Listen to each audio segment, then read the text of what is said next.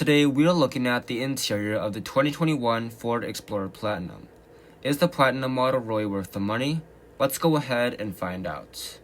The Platinum model throws in the most luxury out of the Explorer lineup, but it came at a very high price in 2021. Starting with the door panel, you will find soft-touch plastic on the upper part, some leatherette trim through the center area, aluminum around your door handle, 3-person memory seating, all of your switchgear, and a good amount of storage space at the bottom. It can fit a full-size water bottle. There is Explorer branding on the door sill, and as far as the seats are concerned, they will be made of real leather, and I really like the two-tone. There is Platinum branding, and they will have heating, ventilation, and 12 ways of power adjustments. Now let's check out the rest of the Ford Explorer's interior. Starting with the steering wheel, it is going to be pretty thick overall, and it is going to be very nicely leather wrapped and heated. The steering wheel itself is also going to be power adjustable, and you also get paddle shifters, and for the Platinum model, you will find some open plywood trim at the bottom. When it comes to the gauge cluster, it is going to be a completely digital display when you choose the Platinum model. There isn't a ton of customization, but you can customize what information is being shown with the buttons right there. You can look at your fuel economy, your trip information, as well as the tire pressure. You can also add information when you go to select screens right there. You can add things like your off-road status or your intelligent four-wheel drive system. You can also work the navigation from the gauge cluster, so when you click on navigation, you can navigate to your house, go to your previous destinations, go to some of your favorite places like work, or you can search for things like food. You could just click on that right there, and then it should navigate you to where you are looking for. In the Platinum model, Ford gives you a nice selection of materials.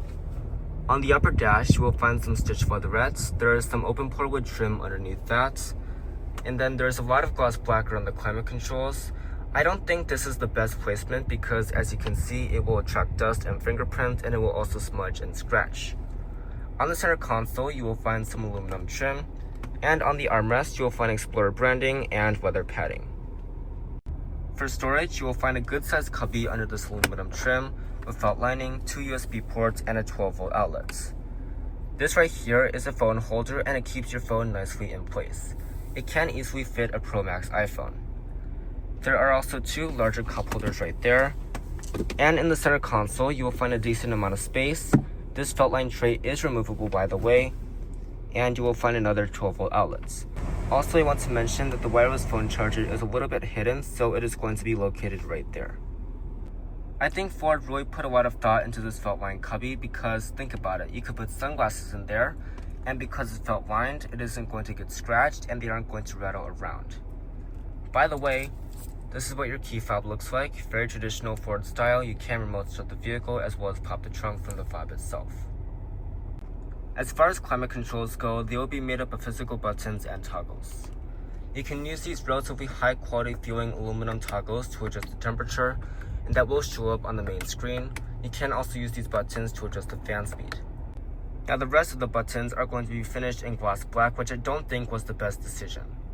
Gloss black attracts fingerprints and collects dust, and also because they are buttons, you are going to be touching them, so they will also smudge and scratch. Also, if you have kids, I don't think this is going to be looking so good in a few years. I mentioned earlier that material quality is relatively good in the Ford Explorer, but build quality is a different story. First of all, what is going on with this trim piece right here? Also, the seats rattle all the time. The door trim does not feel very solid. It does not feel well put together, and this might not come through on camera, but when you slam the door or just shut it normally, it doesn't feel very solid or sound very solid. I think that is kind of disappointing and something to look out for if you test drive one of these cars. For the Platinum model, the main display is going to be slightly larger. This is a 10.1-inch vertically oriented display, and that mostly is a good thing.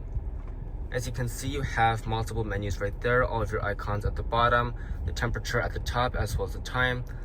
You have built-in navigation, wired Apple CarPlay, and Android Auto. You also get a 12-speaker Bang & Olufsen sound system, and as you can see, the metal speaker grills all over the cabin look very nice. Now let me show you the downside of this vertically oriented display. First of all, the shifter is going to be traditional Ford style, a rotary dial, so just go all the way to the right for drive, push this button for manual shifting. There are paddles on the steering wheel. And then go into reverse to bring up a low resolution backup camera that barely takes up half the screen.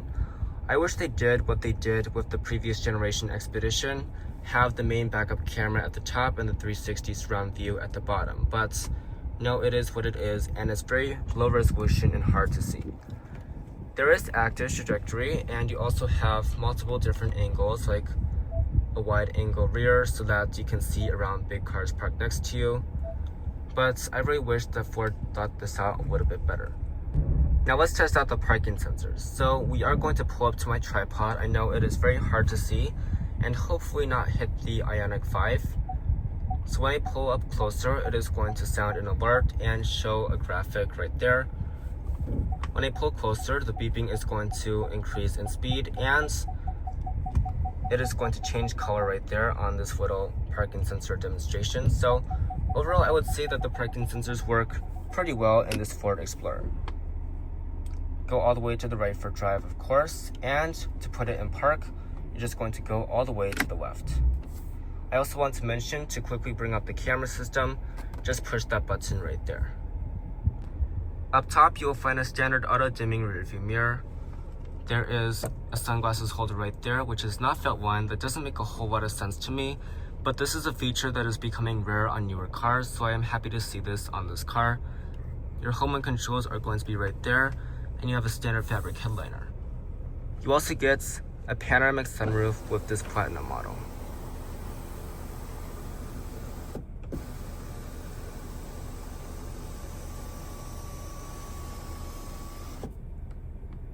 Now let's check out the passenger side on the Ford Explorer Platinum. On the door panel, you will find plenty of storage at the bottom, leather and gloss black, and a metal speaker grille.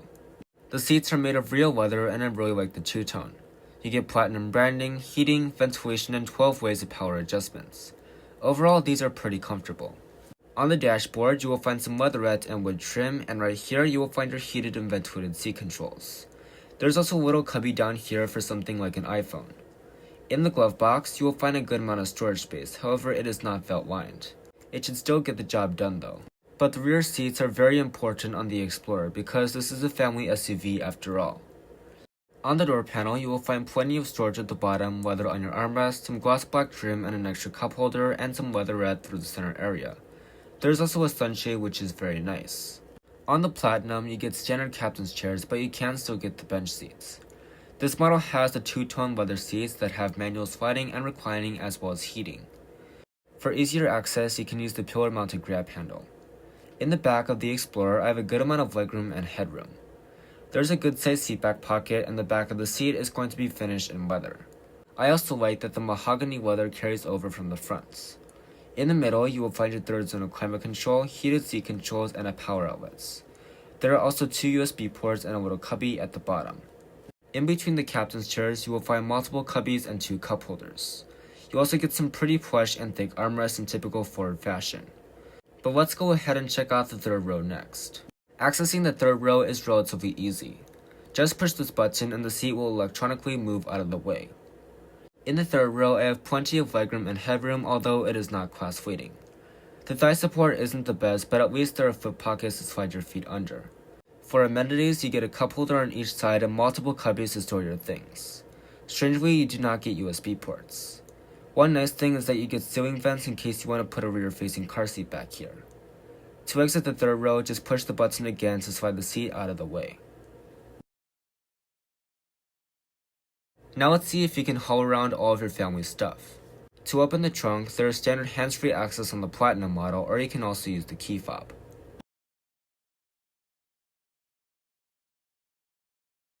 For cargo dimensions, the Explorer offers pretty average dimensions for the segment, which isn't necessarily a bad thing. With the third row up, you get 16.3 cubic feet of space. On the Platinum model, you get a power folding third row, and when that is down, you get 46 cubic feet of space. As a maximum with all rows down, you get 85.8 cubic feet of space. While that isn't the best in the segment, it should definitely get the job done. One nice thing is that with the third row cubbies, you can organize things a lot better for the trunk.